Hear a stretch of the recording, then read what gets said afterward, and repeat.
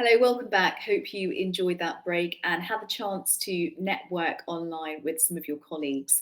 We're going to move on to our next panel now, and the subject, a really important one, is safeguarding data. As I'm sure you'll agree, the last panel was really enlightening, and I'm sure this one will be too, because data is the most valuable commodity public sector has, of course, and that data needs protecting at all costs. But how? That's the big question. With data breaches happening daily, how can public sector protect the very asset it needs to ensure it continues to deliver the right service? With digital transformation and use of the cloud, sharing data across organisations should on the surface be safe. But is it? This panel looks to discuss the challenges of safeguarding data, if policy and current protocols are adequate, or whether changes need to be employed. So let me introduce our speakers today. We have Jonathan Pownall, who is the digital specialist at the National Audit Office, and Jude McCrory, who is CEO Cyber Fraud Centre in Scotland. Welcome to you both. And just a reminder, I mean, it was great in our last panel. We had lots of questions coming in, but we'd like to do that again here too. So while you're listening, please do pop a question using the Q&A function on the right of your screen. I'll keep an eye on that and try and put those questions to our speakers. And also, as I mentioned right at the start, we'd love to hear your thoughts outside of the space. So do drop them onto LinkedIn or Twitter using the hashtag PSE-365. Now, welcome to you both, Jonathan and Jude. I thought it might be good to get a start with just getting a sense of your current role and your focus when it comes to safeguarding data. So why don't we start with you, Jonathan? Okay, thank you very much, Geeta. So I work on what we call the Digital Insights team. So that's a specialist team in the NAO. As you know, our role is we're the public spending watchdog. So we look at how departments spend their money to achieve government's objectives. But within our team, the particular topics of interest that we have, we're interested in digital transformation, we're interested in issues of legacy, data, security, identity. These are all very important. And our particular vantage point is from that independent watchdog perspective. It's what we see happening across government, rather than me speaking internally as what goes on within the NAO, which, if you think about it, it's a small professional services organisation. It's nothing like the scale of the major departments. We heard in the previous session that MOJ's got, 80,000 staff. We're nothing on that scale. So it's from that higher level audit perspective. Brilliant. Thank you, Jonathan. And Jude, a bit about, obviously, I mean, you head up the Cyber Fraud Centre in Scotland, so a huge division there. Could you tell us a bit about your role currently? Yeah, so what we do is we look at around the prevent and protect side of things. So basically, how do we work on the cyber culture within organisations to help prevent the cyber attacks and also cyber-enabled attacks as well, and also then to protect against it as well. So what things organisations should be doing. We also have an instant response area as well, that if people do have a cyber incident, they can call, they can get support, and we work collaboratively with Police Scotland and also with some incident response companies that can try and help the organisations get back on their feet again. And then the third area, what we do is we offer professional services, and that's for organisations who can't really afford the large pen testing or the big things that large organizations want to sell them. So we basically work with the SMEs, charities and stuff, and do things like vulnerability testing, training, phishing exercises. And we work with students from Abertay University who are going through the degree, and they're able to deliver that. They've learned how to do it. So they basically roll that out for organizations, and we are a cheaper option than going with the larger organizations, because we're not for profit. So I don't have to pay shareholders at the end of the year. Brilliant. Thank you so much to both of you for making that introduction. I thought maybe what we could start off with is looking at the challenges around safeguarding data, and then hopefully moving through some insights on where you can start with solutions. And Jude, starting with you really, I mean, what do you see to be the biggest challenges around safeguarding? I think the biggest challenge at the moment is around cost and budgets. That what we find is that people are not given the right amount of funding to support their organizations around cybersecurity. But once an attack happens, that discussion gets further up to board level and stuff as well. And there is an emphasis then on training. So what we're trying to do is, we're not saying spend millions of pounds, we're saying have a healthy paranoia and basically look at things that you can do to basically make yourself more cyber resilient. Nobody, no matter what kind of products are out there or sales people or whatever, nobody will be 100% safe, but there are some areas that you can look at. Also the cyber culture that I spoke about, we offer free training. We also offer exercise in a box to public sector organisations as funded by Scottish Government. It's the NCSC exercise in a box. And it's very difficult to get people to turn up for a free session because they don't understand the importance of it until something bad happens again. I like that phrase that you use, a healthy paranoia. It's kind of a way of looking at it. Jonathan, what do you see as the biggest challenges around safeguarding? Well, I thought it was very interesting that John started off his initial keynote with DWP saying doing the basics well, and then the complex will follow. And I think the guidance out there from National Cybersecurity Centre is that just getting those basics right will stave off a lot of attacks. So cyber essentials, that kind of thing. And also another quote I love from the previous panel session on Lee was, my main concern is staff doing something daft. So that's a reminder that a lot of this isn't just technical, it's human as well. And of course, we've had some recent data breaches in the news, which have been quite severe, but they seem to have been entirely human error rather than technical. But also, I think one challenge that we do see is legacy technology contributes to the problem. And again, there was a quote from Sorin on the last panel about IT being left to languish, and that's perhaps a theme that we'll come back to. Yeah, brilliant. Well, Jonathan, looking at that kind of ways of using technology, how can cloud help government to share data securely? Well, cloud's a very interesting development because when I first started off in the NAO, which was more years ago than I care to remember, we had this thing called the Government Secure Intranet, the GSI. And for those of you who go back that far, if you remember, that was a kind of a walled garden. And organisations who signed up to that had to agree, in theory at least, to comply with a code of conduct. And then that, in theory, it meant that organisations then became trusted to exchange data.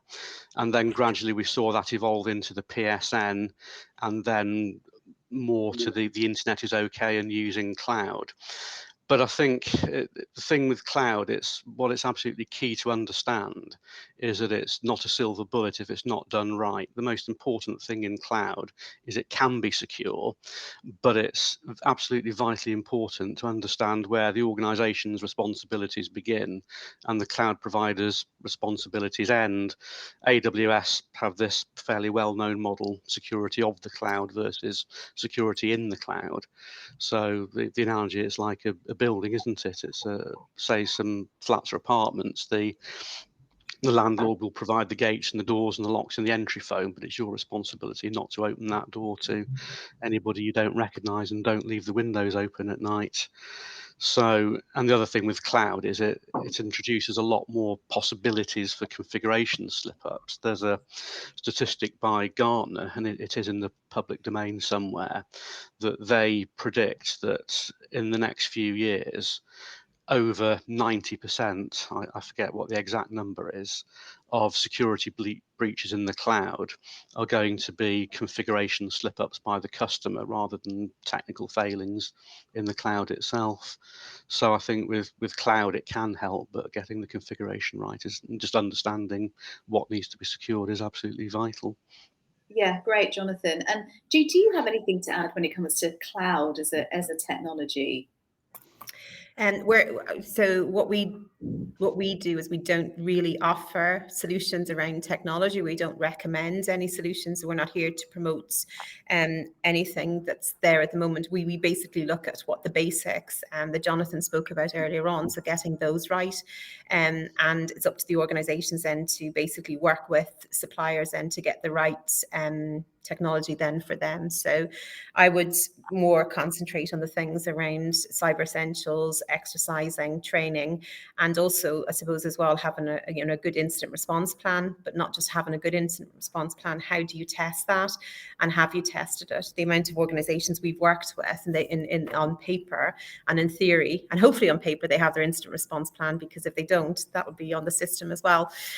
And when they basically have an incident and they take the incident response plan and they look at it, so, people have left maybe 2 years ago, the right people aren't there, the right processes isn't there, and actually they haven't even tried out the processes to see if they are the correct ones. So I'm saying get the basics right before you start looking at the technology from our perspective. Yeah, and just to say, actually, I've just sorry, can I just come in on incident response plans? And I think that's absolutely right, because in terms of risk thinking, risks are traditionally assessed on a scale of likelihood and impact. And while cyber has always had fairly high on the impact side of things, perhaps traditionally people have seen this as a bit distant or not likely to happen. But if it's moving towards it's more likely to happen as well as the impact, then that just highlights the importance of having those incident response plans and being ready to go. Yeah, and actually on that note, Sally has just popped a question in the box, and she's asking, are there any templates for incident response plans? So I know, Sally, you're probably not in Scotland, but we do have a Cyber Scotland website that has all free information on it and templates that we have designed with our ethical hackers. I'm really sorry if you can hear loads of noise here. I'm at a university building in Glasgow, and there are people on strike outside, and they've got all these alarms and stuff going off. It's not a police and it's not a riot, and I'm totally safe. So if you hear anything, so go on to the Cyber Scotland website and download the incident response plan there, and it is a full template around what you should fill in, but also things around who your legal contacts are. So whatever you do in the next 24 48 hours, a month, 2 months, basically if you can have legal support around that as well, because you will be critiqued and you will be looked at as to how you manage it, particularly around sensitive data. And also there's guidance around what you should say to the press, how to write a good press statement and everything as well. So it's a really useful document. But again, it's only as useful as the information that's on it, and if it's current and you've tested it. That's brilliant. Thank you, Jude. And Sally says she's in Wales, but thank you. So really helpful. You can still use it. We're not precious about it. Yeah, no, that's really good. Thank you. And you mentioned, Jude, about getting the basics right. So if you had some pointers to get started with, what would they be? Another word that I would use is around propaganda, so cyber propaganda, so as well as your cyber paranoia. And basically, if you have somebody in the organization that's really good, or a few people actually, that can build out that propaganda. So what kind of cyber training do new hires get? And even if it's something you're just starting to do for new hires, take the whole organization through it. A really useful thing to do is the exercise in a box sessions as well from NCSC. So there's micro exercises. You could take them through 6 different exercises. There's things around ransomware. There's things around business email compromise. So I would do that every so often, because most training is quite technical, but the NCSC one, the exercise in a box training, is not technical at all. It's more conversational, and it's about getting people thinking about what the right thing to do is. And again, most cyber breaches they happen because of people clicking on emails. So it's about that. Think before you click, and also things around business email compromise, which we're seeing a huge increase in around, sending money to the wrong addresses. People saying, here's a new change in my invoice and my bank details and stuff, and please use it in the future. So it's things like that anybody from administration to finance so we had in Scotland last year, we had the Arnold Clark attack. They're actually going through all their training, even with shop floor people, the sell cars, all that kind of stuff, because they do know where the attack happened, and it wasn't in the technical department. They can say that. So I think it's building a healthy cyber culture and making sure that everybody knows they've got a responsibility for it. Brilliant. Thank you, Jude. Jonathan, sort of a bit more of a specific question to you. Do you think the new Gov Assure framework that was introduced in April this year might make a difference when it comes to safeguarding data? So just a bit of context around this. We had the new government cybersecurity strategy issued last year, and then that's brought in a new regime called Gov Assure, which I don't think any of the returns under Gov Assure have been submitted yet, so it's too early to say what's coming out of that. But whereas the previous approach was left a bit more to organisations to assess and manage their own risk and decide what they wanted to do, that's fine. I mean, Luke said in one of the earlier sessions that they're happy with sensible, thought through risk taking, and that's fine as long as the people who are making that decisions know what they know and know what they don't know and are aware of what they're taking on. Whereas Gov Assure is introducing, I believe, a bit more rigour to this, and certainly for the main departments, there's some form of external assessment to that. But the proof of the process will be that what Gov Assure will come up with is a targeted improvement plan. It'll identify areas where cybersecurity can be improved, but unless that's backed up with the relevant resources to implement those plans, that could be an issue. Just to take this off onto something topical, obviously crumbling concrete has been in the news in the last couple of weeks, but last week the head of the National Audit Office, the Controller and Auditor General, he had an article in the Times where he said it's not only crumbling concrete that's a problem for government, it's also crumbling IT and neglect of legacy and not attending to the basics can also store up the IT equivalent of this problem. Yeah, that's a really interesting point to make there, Jonathan. Probably worth reading that article. You can get your hands on it. And Jude, it was last Monday in the Times. Last Monday in the Times, brilliant. Jude, you mentioned right at the start that often, when people are kind of interested is when things are going really wrong. And I'm sure you've worked with organisations where that's been the case. And, you might not want to go into the specifics of the name of the organisation, but can you give examples roughly around, what is the worst case scenario that can happen if you don't take this seriously from the start? So, well, the likes of Arnold Clark, their business went down. So they were trying to sell cars using old style Visa machines plugged into the wall.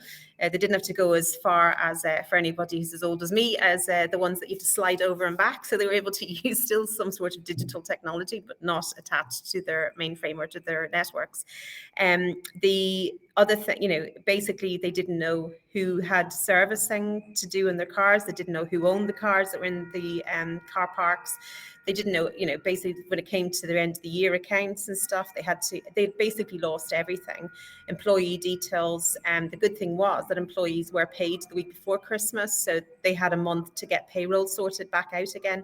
And even if it was, they probably would have just paid people the same amount as they got paid in the payroll in November. But that doesn't help then when people have got expenses and stuff, and also with the cost of living as well. So there's when you do an instant response plan, they're the kind of things that I would think about, not just the IT side of things, but how would this affect your people and also your customers as well. So it really depends again as well. So that's a business going down. We had one for Aspire, which was a vulnerable housing association for vulnerable people, not a vulnerable housing association, but housing association for vulnerable people. And that data to be out on the dark web would have been very, very harmful. So, a lot of charities are custodians of very, very sensitive data, and they don't have huge IT budgets. They don't have budgets maybe at all to look at the cybersecurity side of things. And also things like Cyber Essentials, they don't have the staff members to sit down and go through Cyber Essentials as well. So it's quite difficult for organizations like that. And I think there should be some sort of maybe some sort of sliding scale as to organizations that might get more funding depending on the sensitivity of the data that's out there. We also seen, it wasn't a data hack, the PSNI one as well in Northern Ireland, where there were individuals' data. So, and again, probably not the same as a police force data breach in the UK because of history, because of the culture and stuff as well in Northern Ireland. But it was a very dangerous thing to happen, and still continues to be dangerous for the staff as well. HSE in Ireland, where the whole of, that was unique because it was the whole of the health service in one country. We've had individual hospitals, we've had maybe health regions attacked before, but we've never had a whole healthcare system go down. And that, there could have been sensitive data around mental health data around, Ireland, maybe because they introduced the right to abortion. There could be a list of people who've had abortions and stuff, and maybe the family members didn't know. There could have been people who were adopted. There could be children in care. So all that kind of stuff, I think people don't realise, and they need to categorise what kind of data they've got so that then looks at the risk versus the spend as well for these organisations. That's really helpful and really quite stark in the sense of what could happen if you don't take this seriously, which I'm sure everyone here is trying to do. That's why we're having this day. Jonathan, in terms of the NAO, what will you be looking to see in your audits? Well, the role of the NAO is actually quite well defined, so by statute. So as the watchdog, it's our role to audit departments' financial statements and report to Parliament on how well they've used their resources. And then also we produce the value for money reports on particular topics. But new international auditing standards, which the financial audit side follows, have come in for the latest round of audits, and these apply to anybody, not just government, by the way. That places a much clearer focus on auditors assessing business risks to an organisation arising from the use of IT and their potential financial impact. But the way we would come at it is not from a technical audit side of things. It'd be just from a higher level how organisations are assessing and managing their risks. So Jude talked a bit earlier about culture. What we would expect organisations to be able to do is describe a balanced approach that considers the culture aspects, behaviours and skills, so all those things that you can think of as the people side of things, as well as the process, the technology, and then also, very importantly, governance. So that's the main thing. And I think also on skills, you don't need to have a deep and specific technical knowledge to be able to make valid and insightful assessments on wider control and risk management across the base. But then again, I would just stress time and again, the experts say getting the basics right goes an awful long way to providing that protection. Yeah, brilliant. Thank you, Jonathan. I've just noticed we've got some questions coming in here. So I'll start with this one. I just provided internet and phone scam awareness in a local church in Aberdeen, and the lack of basic security awareness is a lot. What is the government doing to educate the over 55s and also creating awareness at the grassroots level? I mean, it's a kind of a bigger question, but I wonder if perhaps it's something that you could comment on. Jude? Yes, so there are, on the NCSC website and also on the Cyber Scotland website, I'm glad there's somebody from Aberdeen on the call today, there is some information for individuals as well. The worrying thing that I found around the older people and more vulnerable people is around the cyber-enabled scams. So we've had quite a few where money has been taken from people. We also did, in Scotland, we did an advert last year around two-factor authentication and also safe passwords, because I think if you bombard the older generation, which, my daughters constantly take my phone out of my hand because I'm not fast enough at doing something. So I'm probably I am in that category now. So, and also the ethical hackers that work with me, they go, we'll do this for you. We'll make sure, they walk past my phone and they go, you're due to do an update. So I have everybody else being healthily paranoid for me. So I'm, particularly for older people, 2-factor authentication. So, and I know it probably sounds too technical, but go on to the websites, see how it's done. And also maybe, we should be speaking to our neighbours, to our friends, to our relatives as well, and saying, these are the things that can make you safer.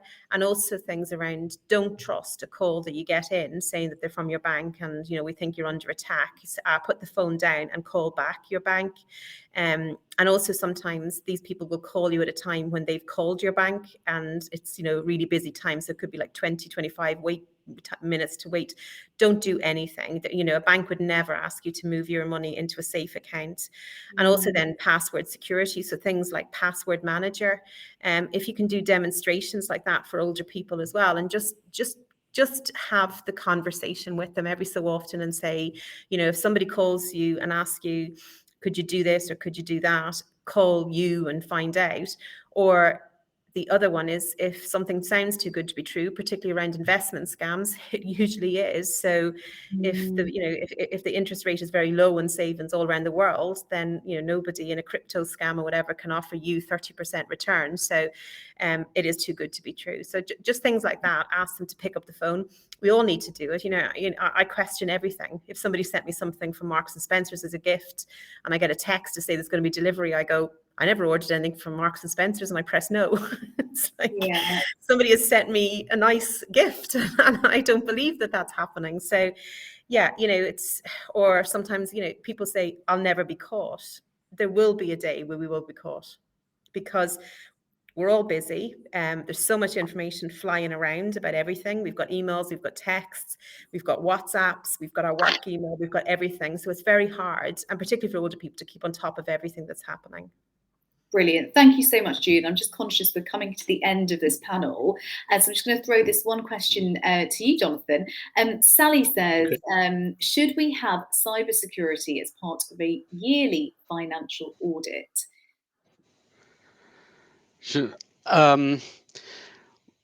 Well, in a sense, that's what GovAssure is going to be doing, because that's looking at organisations.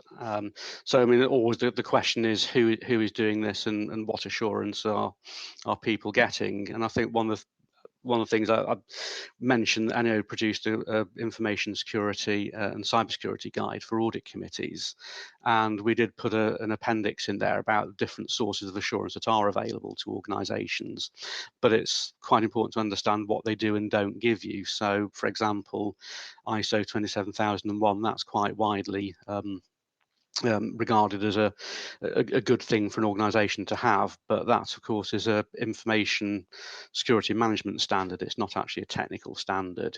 You also get things like service organisation controls reports, for where you have a third party such as a cloud provider or a bureau providing information on your behalf.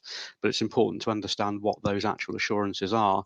But ultimately, I think it's for organisations to understand what risks they face and get those appropriate assurances.